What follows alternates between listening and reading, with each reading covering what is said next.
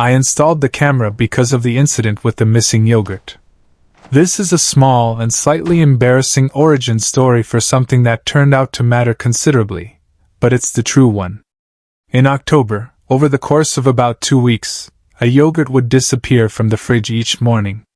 Not all the yogurts. Just one. The specific brand that June preferred, the kind with strawberry pieces at the bottom. It happened with such regularity, every Tuesday and Thursday morning, one yogurt gone, that it couldn't be accidental, and yet neither girl admitted to anything, and the yogurts kept disappearing, and I kept buying more.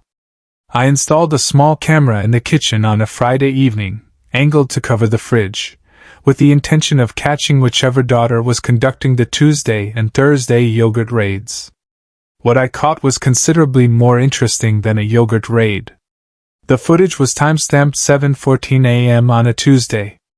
Nora, in her school uniform, moving quietly and with purposeful intention. She opened the fridge. She took a yogurt. She took a bread roll from the bread bin. She took an apple from the bowl. She put all 3 items into a small cloth bag that she had apparently brought downstairs specifically for this purpose. She looked at the bag for a moment, then went back to the fridge and added a piece of cheese. She considered this. She added another bread roll. Then she went upstairs. Not to her room. Up. Past our floor. To the 3rd floor, where I was not. I watched the footage twice. Then I put on my shoes and went to find my daughter. The 3rd floor of our building had 6 flats. 5 of them I knew, at least by name and face. The 6th, 3F, the one at the end of the corridor, the one that had been empty for a long time before being rented 8 months ago, I knew only by the occasional sound of it. Music sometimes. The specific rhythmic sound of what I had assumed was furniture being moved, which happened often enough to be curious. And a smell, in the corridor, that was paint and something underneath paint, the kind of smell that accumulates when someone has been working in a closed space for a long time. Nora was at the door of 3F when I came up the stairs. She had her knuckle raised to knock.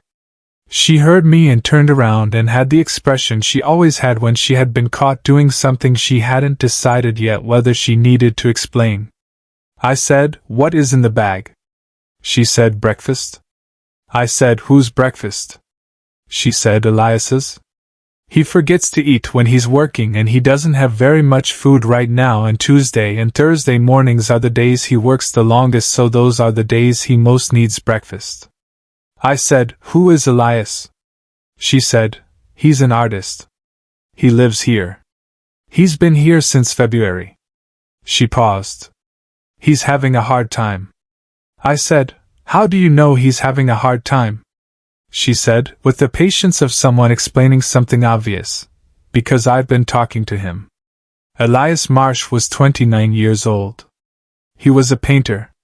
Not the decorating kind, the kind that stood in front of canvases and made things that were either very interesting or meaningless depending on who you asked, and he would have been the first to tell you that the distinction was not always clear.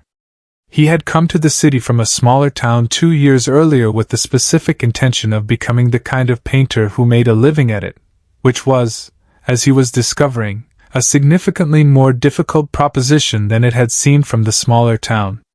He had sold some work. Not enough. He had a part-time job at a cafe 3 days a week that covered his rent with very little left over. He was, in the particular vocabulary of young artists in expensive cities, surviving, which meant managing the distance between what he needed to live and what he had, and filling the gap with the specific ingenuity of someone who has decided that the work matters enough to sustain the difficulty. What this looked like practically was this: he ate 1 proper meal a day, at the cafe on his working days where he could eat cheaply. On his days off, which were the days he painted, he ate whatever was in the flat, which was variable. He had gotten into the habit of working through the morning without eating because eating required stopping and stopping broke the particular quality of attention that painting required, and also because on some mornings there wasn't much to stop for. My 7-year-old daughter had noticed this. She had noticed because she was Nora, and Nora noticed things. She had been introduced to Elias in March, when she had knocked on 3F to ask about the furniture moving sound, which had turned out not to be furniture but an easel being repositioned. She had seen the flat, one large room, almost entirely canvas and paint and the particular organized chaos of a working space, and she had seen the kitchen, which had the specific quality of a kitchen that is not the center of the flat's life. The empty shelves. The jar of instant coffee and not much else. The apple on the counter that was the only fruit in evidence. She had not said anything about it on that first visit. She had asked about the paintings, which Elias had shown her, and about the paint colors, which he had explained with the slightly surprised warmth of someone who doesn't usually get asked. She had gone home and told me she had met the artist upstairs and that he was interesting and had very blue hands from the paint. She had not mentioned the kitchen. She had gone back the following Tuesday with a yogurt, a bread roll, an apple, and a piece of cheese. I want to be careful here, because there are two ways to tell this part of the story and only one of them is accurate. The inaccurate version is, a lonely struggling artist is rescued by the kindness of children. This is not quite right and Elias would be the first to say so. He was not passive in what happened between him and my daughters. He was not a project that they completed. He was a person who was going through a difficult period and who, because of the particular accident of living in the same building as two small girls who had not learned to walk past difficulty, found himself receiving kindness he hadn't asked for and hadn't known he needed and which turned out to matter very much. The accurate version is, something was given and something was received, and both of those things changed the people involved. What Nora and June gave Elias was not yogurt and bread rolls, though they gave those too. What they gave him was the thing they gave everyone, the specific quality of being seen by someone who has no agenda in the seeing, who is not assessing you for professional purposes or social ones, who is just looking with genuine curiosity at what is actually there.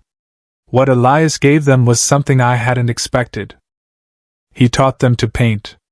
This emerged gradually, over the weeks of October and November, and I know the shape of it from what Nora told me and what I saw when I started going up to 3F with them and from the painting record, which was a new section Nora had added to the building record, because of course she had.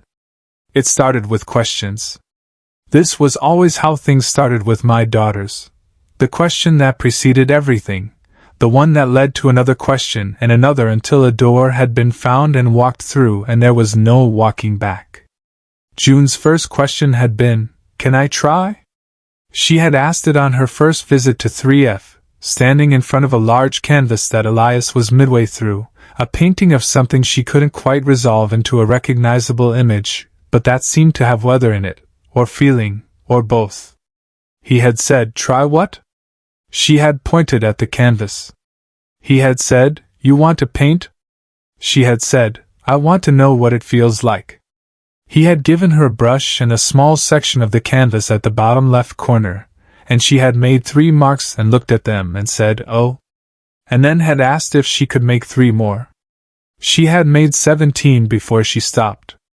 The section she had worked on was, I saw it later, integrated into the painting in a way that suggested Elias had worked around it, had allowed the marks she'd made to become part of what the painting was. He had not corrected them. He had worked with them. I asked him about this months later. He said, they were better than what I was going to put there. It seemed wrong to cover them. November settled into the building with its particular quality of early dark and warmth needed, and the Tuesday and Thursday mornings became something I knew about and participated in, which changed their texture slightly. I was now the person who helped pack the cloth bag, who sometimes came upstairs with the girls, who sat in the one chair in Elias's flat that wasn't covered in something and drank bad coffee while my daughters painted and asked questions. The questions were not ordinary questions.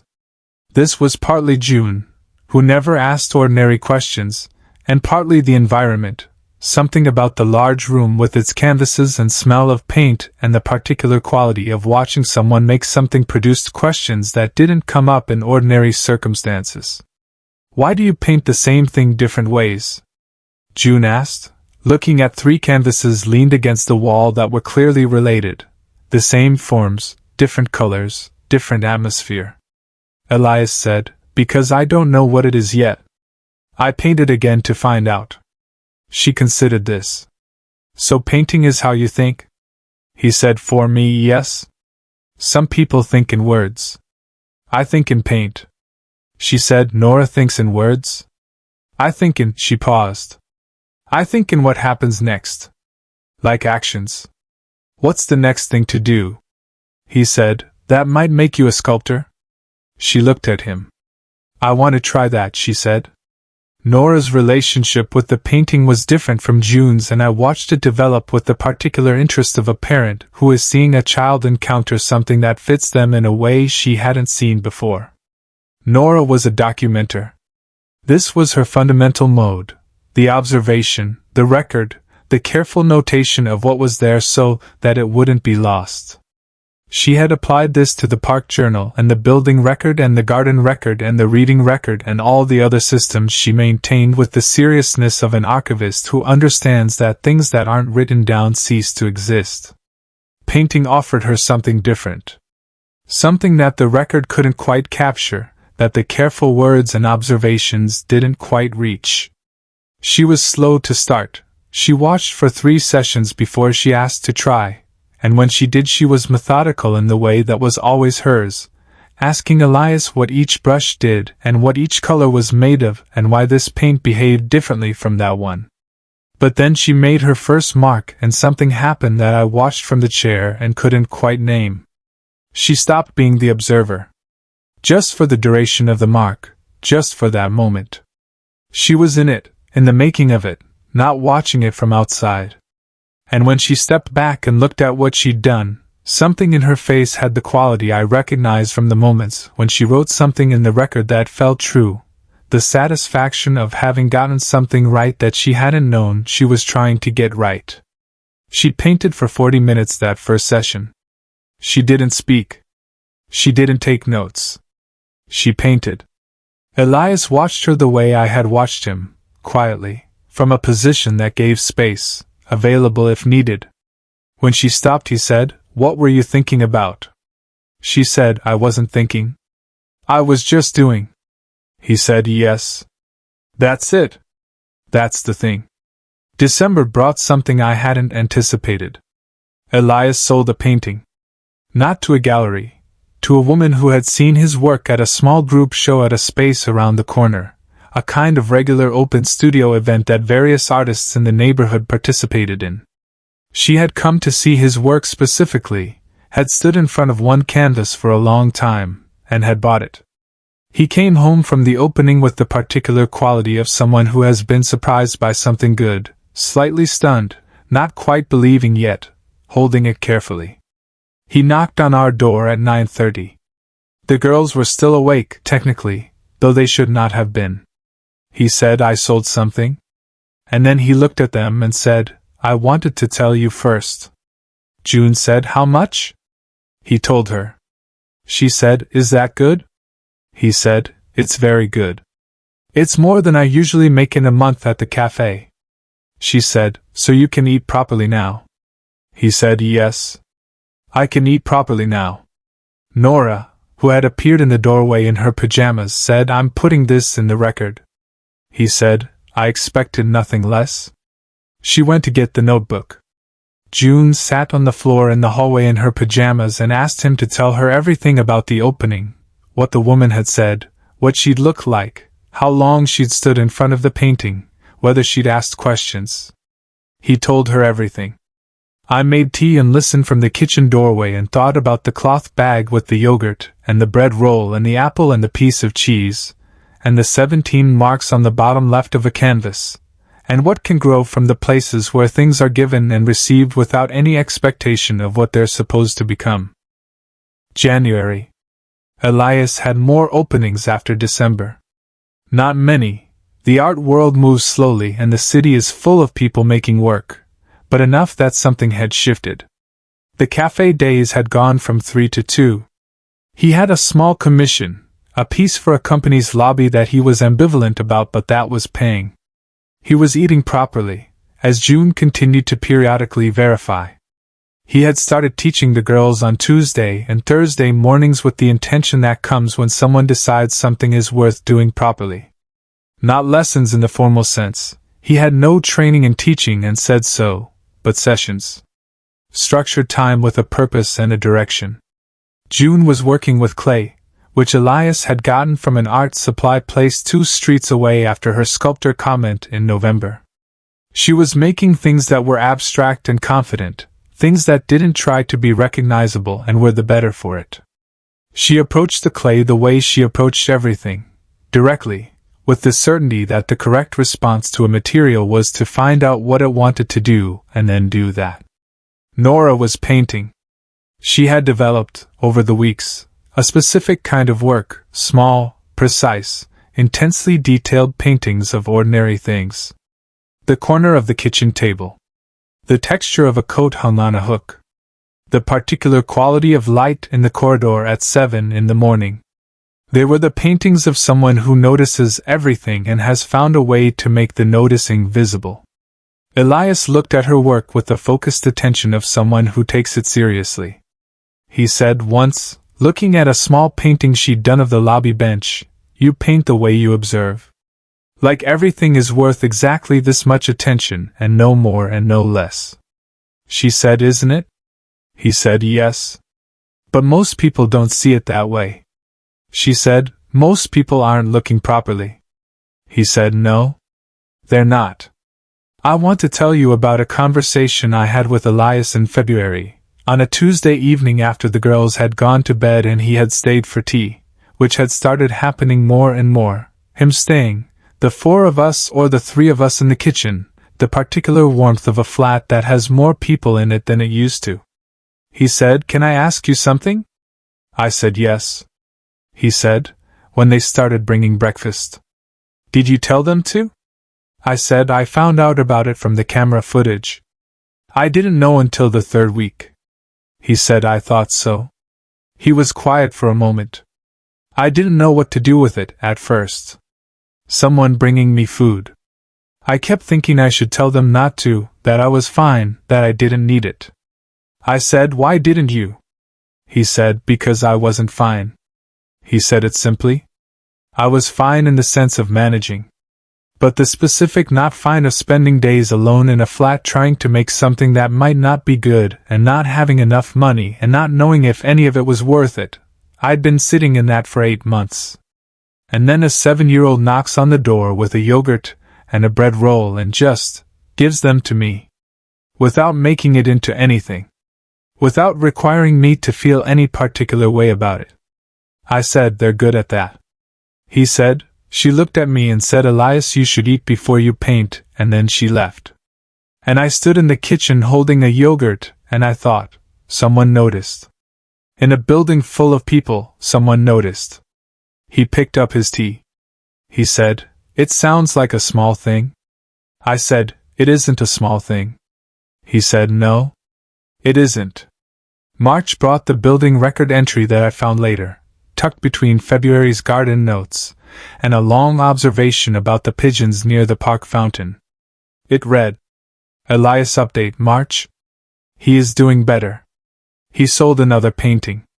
He eats breakfast now most days, not just Tuesdays and Thursdays. He taught June to make a coil pot, which is a type of clay structure. She made 3 and the 3rd one was genuinely good. He taught me that painting isn't about making something look right. It's about making something feel true. Those are different things." Observation. He taught me that, but I think he was also reminding himself. Sometimes teaching is the way people tell themselves what they need to hear. She had underlined the last sentence. I read it and thought, she was right. She is always right about these things. The essential, simple things that we have learned to make complicated. April. Elias had a proper show. Not a group show, not an open studio, but a small dedicated exhibition at a gallery 2 neighborhoods over that had approached him after seeing his work at the December opening. 8 paintings, 1 month, his name on the wall. He told us in March, quietly, with the specific quality of someone who hasn't yet decided whether to fully believe something good. June said, "We're coming?" He said, "It's an evening opening. Past your bedtime." She looked at him. He said, "You can come." We went on the opening night, me and Nora and June, dressed for the occasion in the way the girls interpreted dress for the occasion, which was their nicest dresses and a formality of expression that lasted approximately until they walked through the gallery door and saw the paintings. The paintings were extraordinary.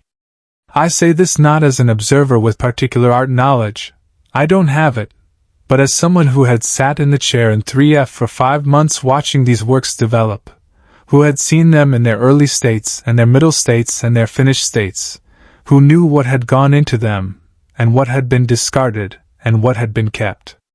They were on white walls with proper lighting, and they looked like the real thing because they were the real thing. June stood in front of the largest one for a long time without speaking. This was unusual for June. Then she turned to Elias and said, "The bottom left corner of this one." He said, "Yes."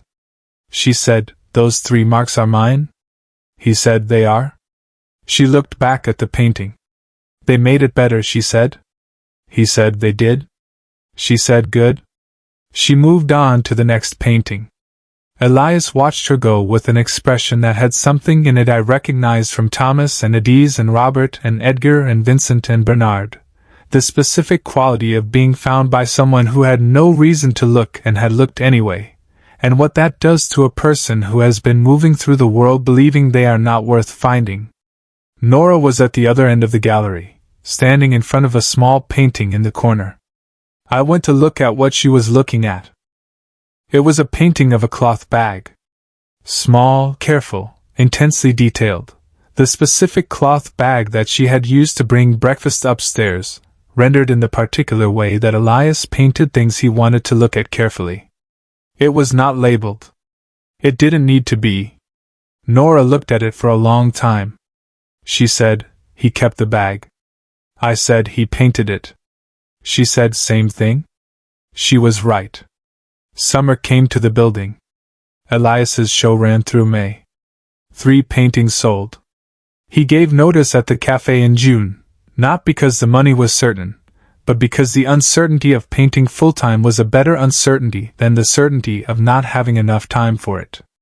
He told us this on a Tuesday morning while June was working with clay and Nora was in the middle of a small painting of the window and the light through it. June said, "Good? The cafe was making you tired." He said it was. She said, "Now you can be tired from painting instead, which is a better kind of tired." He looked at her. Then at Nora. Then at me. He said, "I'm going to paint you. All 3 of you. If that's okay." June said, "Together or separate?" He said, "Together. In the kitchen. The way you are on Thursday evenings." I said, "Yes. Of course." The painting took 4 sessions. We sat in the kitchen on Thursday evenings, me with my marking, Nora with her notebook, June with a piece of clay she was working, and Elias painted us in the natural positions of people who are occupied and comfortable and not thinking about being observed.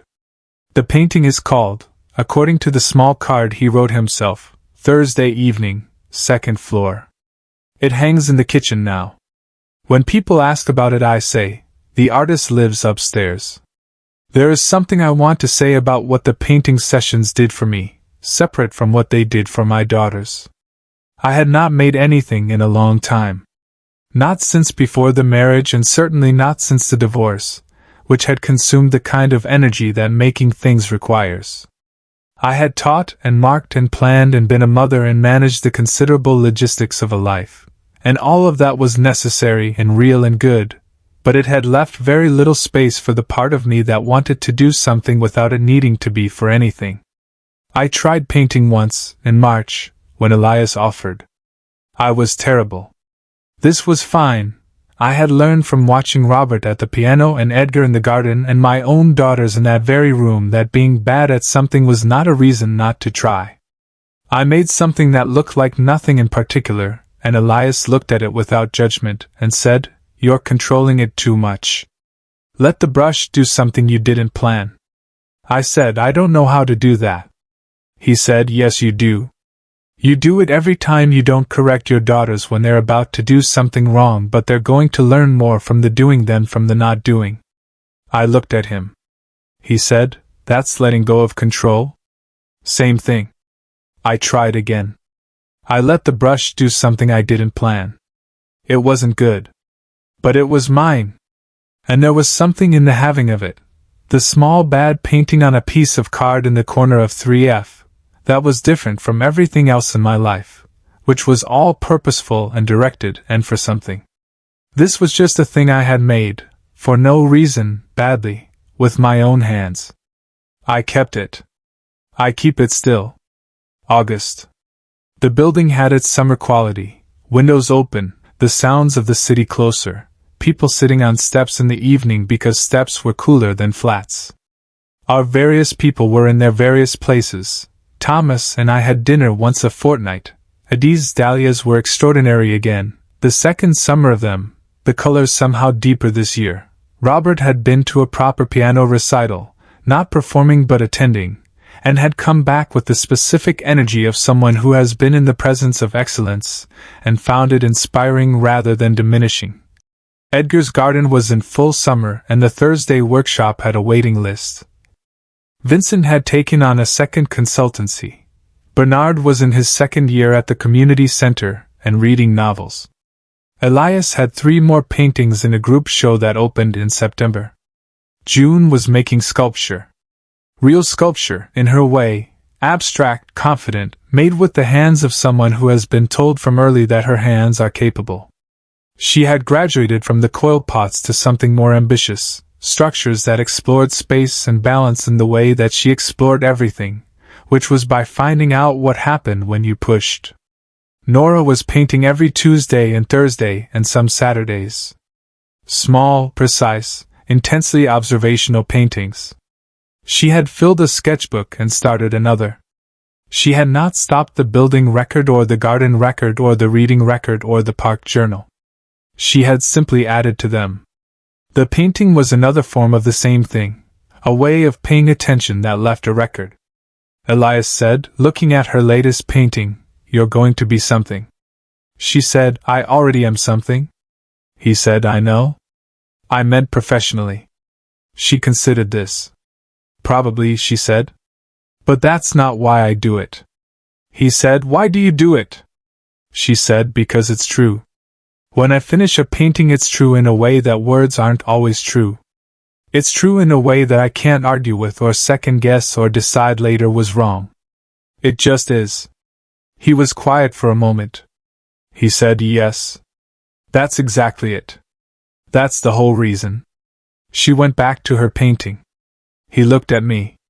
I said, she's 7? He said, I know. I'm trying to catch up. Nora's building record entry for Elias, the comprehensive one she wrote in September to mark a full year of knowing him, reads: Elias update year 1. He came to this building in February to paint, and to try to make a life from it. He had very little food and a lot of paint, and 1 good canvas. He is now someone who has sold paintings and had shows and has a commission coming in January. He still has a lot of paint. What changed? Someone noticed he wasn't eating and brought breakfast. He taught us to paint. We brought him into the building system, the kitchen table, the Thursday evenings, the general network of people who know each other here and look out for each other even when looking out means something as small as a yogurt on a Tuesday morning. What he gave us, he taught me that making something doesn't have to be for anything. It can just be true. That is a different kind of making than I had done before. I think it is important. She paused, then added. Also, June made a pot that didn't fall apart. This took 6 months and is also important. The cloth bag is still in the drawer by the fridge. Nora uses it occasionally, for other things, with the practicality of someone who considers a good bag worth keeping. But I know what it is. I know what it carried. I know what those Tuesday and Thursday mornings built. 1 yogurt and 1 bread roll and 1 apple at a time, in the specific, unhurried, accumulating way that things are built when someone decides to simply keep showing up. My daughters decided to keep showing up. They always do. Elias is upstairs now, painting. I can hear the sound of the easel being repositioned, the particular rhythmic sound that I had heard for months before I understood what it was. The flat above us is full of paint and canvas and the particular organized chaos of a working space, and it smells of oil paint and turpentine, and the specific something underneath that is the smell of someone doing the thing they came to do. He is eating breakfast. He remembers to stop. He has blue hands still, from the paint. My daughters are in their room. Nora has the painting record open. June has a small piece of clay she brought home from 3F to work on at her desk. They made something this morning. They will make something Thursday. They will keep making things, these two, in all the ways available to them, with words and notebooks and clay and paint, and the particular making that happens when you sit down beside someone and stay and let them know they are worth the staying.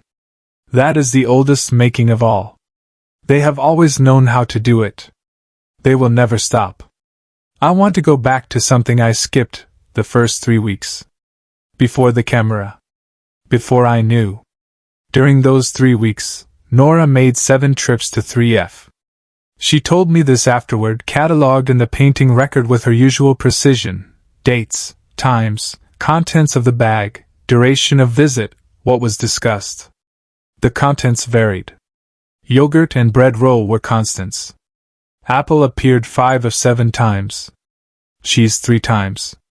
On the 6th visit she added leftover pasta from the previous night because she had decided one protein item was insufficient.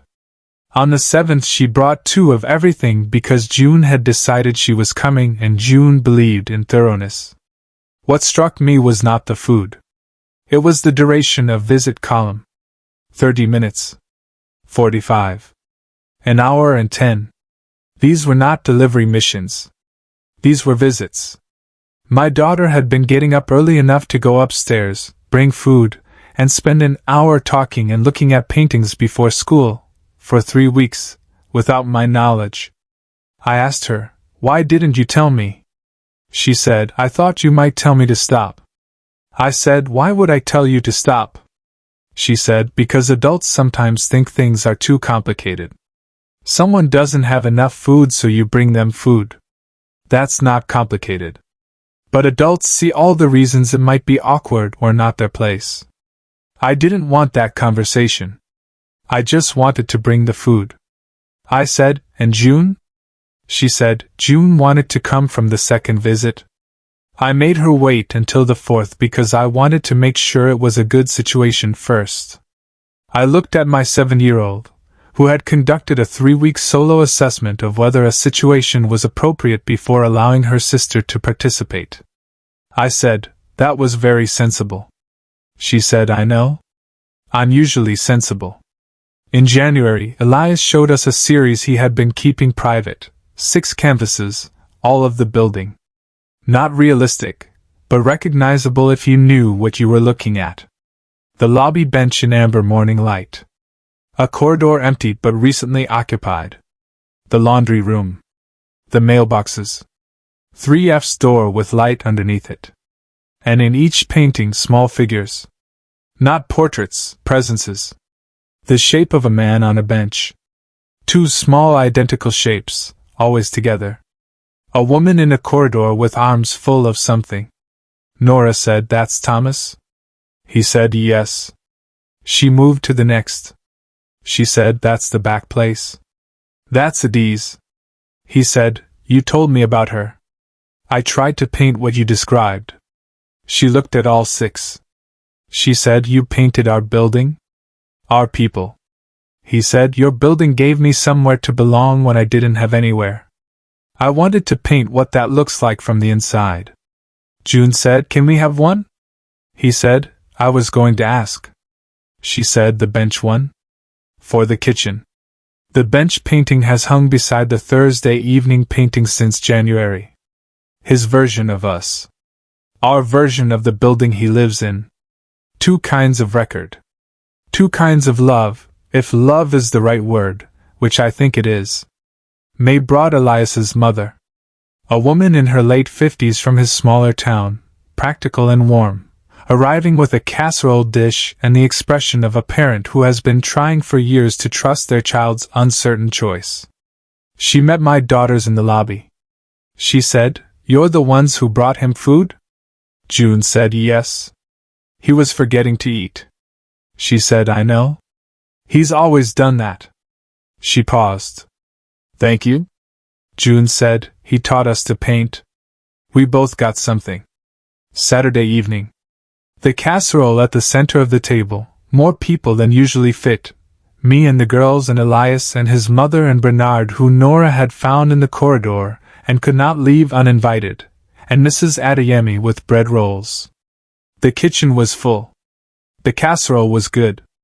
The conversation moved the way it moves when people are genuinely interested in each other. Elias's mother looked around at some point and said, "He told me he had good neighbors. I thought he was being generous." Nora said, "He wasn't being generous. He was being accurate." His mother looked at her for a moment. Then, yes. I think he was. This is the thing about buildings. We treat them as containers, structures that hold us separately, corridors and lobbies just infrastructure between private spaces. We move through quickly, not lingering. My daughters don't move quickly through shared spaces. They stop. They notice. They sit on the bench nobody sits on and knock on the door at the end of the corridor. They treat the building as a place where things can happen. And because they treat it that way, things happen. Elias was in 3F for 8 months before they knocked. 8 months painting alone above a building full of people, none of whom knew his name, or that he was eating one meal a day. Not because the people were unkind. Because nobody was treating the shared spaces as actual places. My daughters treated them as actual places. It costs nothing. That is the thing I keep returning to. It costs nothing and changes everything, and we have collectively decided not to do it. And I watched my daughters not having made that decision, and I think they are right. Whatever the correct response is to a building full of people living separately and invisibly, my daughters have found it. What's there is always worth finding. I have 7 stories now to prove it. Nora's painting record entry for Elias, written in September, ends with this. He told us painting is how he thinks. That some people think in words and he thinks in paint. I think this is why we understand each other. I think in words and documentation. June thinks in actions and what happens next. Elias thinks in paint. We are all doing the same thing, trying to understand what is true and make a record of it. We just use different tools. Observation. The building is full of people doing the same thing in different ways. The man on the bench was trying to understand how to keep going after loss. The woman in the back place was trying to understand how to carry grief. The man at the piano was trying to understand how to begin again. The man with the canvas bag was trying to understand how to remain himself. The man with the toolbox was trying to understand how to give what he had. The man who couldn't read was trying to understand how to stop hiding. The man upstairs is trying to understand what is true. We are all trying to understand what is true. That is not a small thing to have in common. She closed the notebook. Elias is painting upstairs. The cloth bag is in the drawer. My daughters are paying attention, which costs nothing, which changes everything. This is the 7th story. There will be more. There are always more. There is one more thing I want to tell you. About what happened in October, a full year after the camera footage. I was in the kitchen on a Tuesday morning, the same Tuesday morning hour, same fridge, same drawer, when I noticed the cloth bag was gone. I checked the camera out of habit, the habit I had never quite broken after the first time. 7:11 a.m. Nora in her uniform. Fridge open. Yogurt, but this time too, because she was apparently bringing one for herself. Bread rolls. Apple. The small container she had started using for whatever leftover was available. The cloth bag packed. Then June appeared. Also in uniform. She looked in the bag, added a banana, and looked at Nora. They went upstairs together. I watched the footage and felt something that took me a moment to identify. Not surprise, I was long past being surprised by my daughters. Something quieter than that. The particular warmth of witnessing a thing that has become itself, settled into its own shape, no longer requiring intention because it has become habit. The cloth bag on Tuesday mornings. The building record. The Thursday evenings. The garden on Saturdays.